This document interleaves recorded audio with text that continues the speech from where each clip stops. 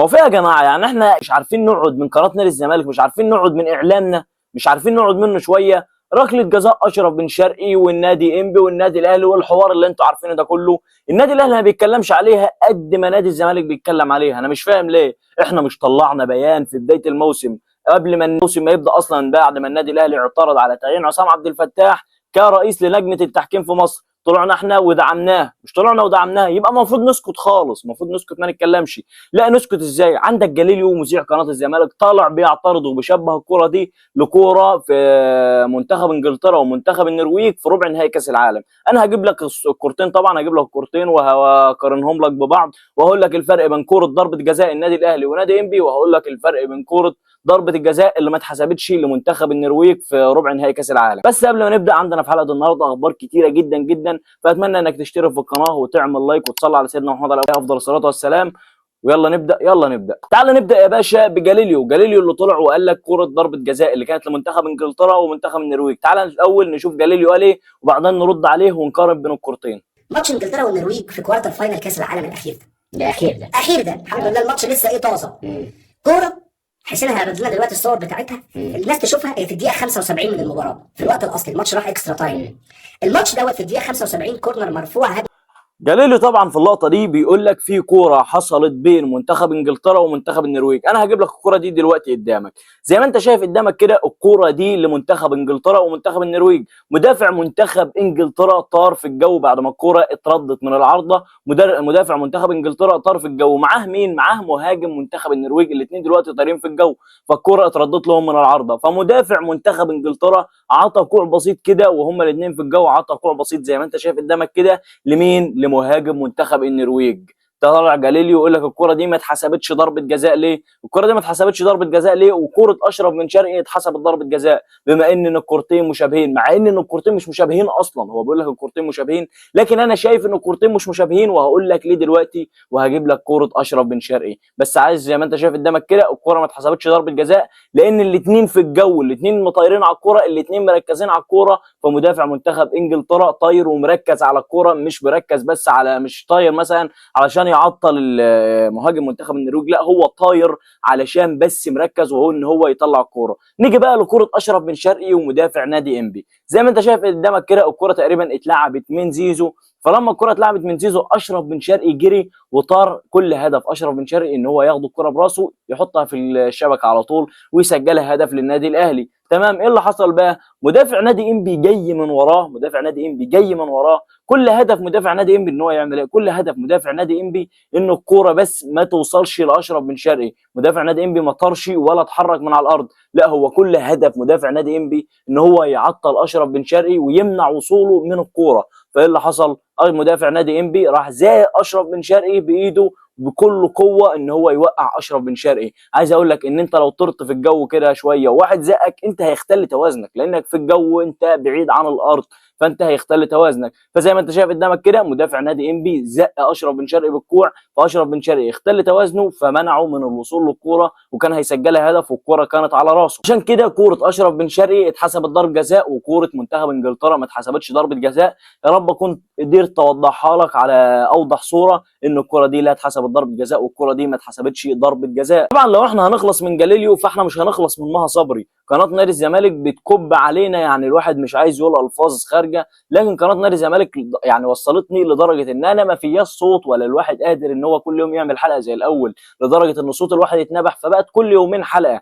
هوريك فيديو دلوقتي لمها صبري بتنتقد لجنه الحكام. يا جماعه مش احنا اللي كنا بندعمهم؟ مش احنا اللي عاندنا النادي الاهلي بعد ما النادي الاهلي كان مطلع بيان وبيقول لك ان عصام عبد الفتاح احنا مش عايزينه في رئيس لجنه التحكيم في مصر؟ طلعنا احنا ودعمناه وقلنا لا احنا بندعم لجنه التحكيم في مصر وبندعم عصام عبد الفتاح، بنكيد في النادي الاهلي. فالمكايده دي اتقلبت علينا احنا. فتعالى دلوقتي نشوف مها صبري بتقول ايه. عادي ان انا اعمل بيان وحملات ارهب بيها مثلا التحكيم المصري، ومش فاهمه هل الموضوع بقى مقلوب؟ هل المفروض ان انا اعمل كده ارهب الحكام واعمل عليهم مثلا حملات؟ هل انتوا شايفين ان ده عادي؟ دلوقتي بقينا بنهاجم التحكيم، دلوقتي بقى التحكيم زباله، والله العظيم عارف. يعني انت زي ما انت شايف قدامك كده البيان اللي نادي الزمالك طلعه، قال لك احنا بنثق ثقه كامله في التحكيم المصري. دلوقتي بقى التحكيم المصري وحش خلاص. انا عارف ان احنا مش قد الحاجه، واحنا والله ما مطلعين البيان ده عشان بنثق في التحكيم المصري، لا خالص. احنا طلعنا البيان ده بس علشان نكيد النادي الاهلي. يعني النادي الاهلي طلع بيان مش عايز التحكيم المصري ومش عايز عصام عبد الفتاح، لا احنا نطلع بيان احنا بنثق في التحكيم المصري، بنثق في عصام عبد الفتاح، بنثق في الناس دي كلها. النادي الاهلي عمل حاجه احنا نعمل عكسها على طول. النادي الاهلي عمل صح احنا نعمل عكسها غلط. النادي الاهلي لو عمل غلط احنا بنعمل عكسها صح، وبنعمل غلط برضه. احنا ما بنعملش حاجه صح خالص في نادي الزمالك، تمام. فزي ما انت شايف قدامك كده وزي ما انت شفت طلعت مها صبري تصيح وتزيد وتعيد ان النادي الاهلي بيتجامل ومش عارف ايه يعني اسكتوا ما تتكلموش خالص، لا تتكلموا التحكيم حلو ولا وحش. يا ريت ما نتكلمش خالص عن التحكيم، نركز بس في القرف اللي احنا فيه في نادي الزمالك. طيب نسكت عند كده؟ لا، ايقاف قيد رابع لنادي الزمالك. يعني احنا دلوقتي مفكرين ان احنا ما عندناش ايقافات قيد وهنجيب صفقات في يناير الجاي، لا ده احنا عندنا 4 ايقافات قيد لحد دلوقتي. والايقاف القيد الرابع ده بسبب الهارب خوان الفينا بيزيرا اللي هو المفروض جعان دلوقتي وهارب من نادي الزمالك والكلام ده كله. خوان الفينا بيزيرا النادي بتاعه الاوكراني نادي اولسكندرا الاوكراني. نادي اولسكندرا الاوكراني ليه عندنا 200,000 يورو، مش 200,000 دولار، لا 200,000 يورو. فنادي اولسكندرا الاوكراني رفع علينا قضيه عشان ما دفعناش القسط الاخير من مين؟ قيمه خوان الفينا بيزيرا، فعشان كده رفع علينا قضيه وايقاف قيد رابع. ويا عالم هيوصلوا كام ايقاف قيد لحد ما يناير الجاي. فده يبين لك على مقوله دي اللي تيجي يعني لنادي الزمالك، مقوله ايه؟ ده موت وخراب ديار. يعني خوان الفينا اللاعب اصلا مش موجود وهرب، وفي نفس الوقت النادي بيوقف له القيد. يعني خوان الفينا عاطيني على قفانا وعلى وشنا الصراحه. تعالى بعد كده نخش على خالد الغندور اللي طلع وقال لك ايه؟ قال لك في واحد بيلعب في دماغ مين؟ بيلعب في خوان الفينا زي ما انت شايف قدامك كده. واحد مكلم خوان بزيرة معرفش مين، واحد مكلمه وقال له يا اخوان ما ترجعش مصر، ما تتمرنش، ما تروحش الدوري. فاخوان رد عليه قال له ازاي؟ ده هيخصم مني فلوس، ده انا ممكن اتوقف.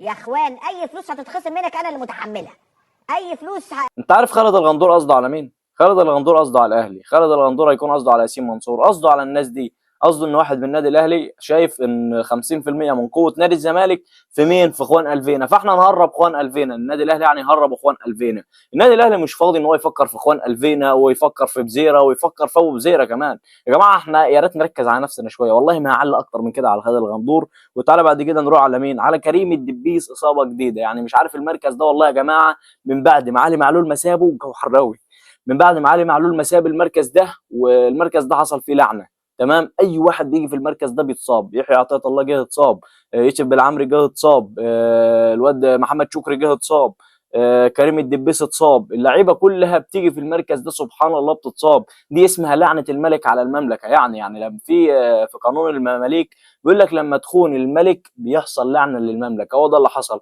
النادي الاهلي ومشى علي معلول في عز ان الراجل يا جماعه كان مشتري النادي الاهلي، ففي حد في النادي الاهلي مشى الراجل ده. فمن ساعه ما الراجل ده مشي هو منفجر بره، والنادي الاهلي بيعاني في المركز ده زي ما انت شفت قدامك كده. كذا اصابه من ساعه ما جه ومفيش واحد بيفلح في المركز ده خالص. الدور على توفيق محمد، وان شاء الله يعني هو مش هيقدر يسد فراغ علي معلول بس يقدر يقضي مصلحه. تمام، هنروح بعد كده لمين؟ ماتش زد الجاي ممكن تلاقي محمد الشناوي بديل مصطفى شوبير، ممكن تلاقيه هو الاساسي. مصطفى شوبير هتلاقيه على الدكه ومحمد الشناوي اساسي. وانا والله اتمنى يا جماعه ان الحسين عموته يعملها، لان محمد الشناوي زي ما شفناه في ماتش برشلونه، لا محمد الشناوي في حته ثانيه. مصطفى شوبير مش وحش لكن مركز على الاحتراف. مصطفى شوبير عايز يحترف.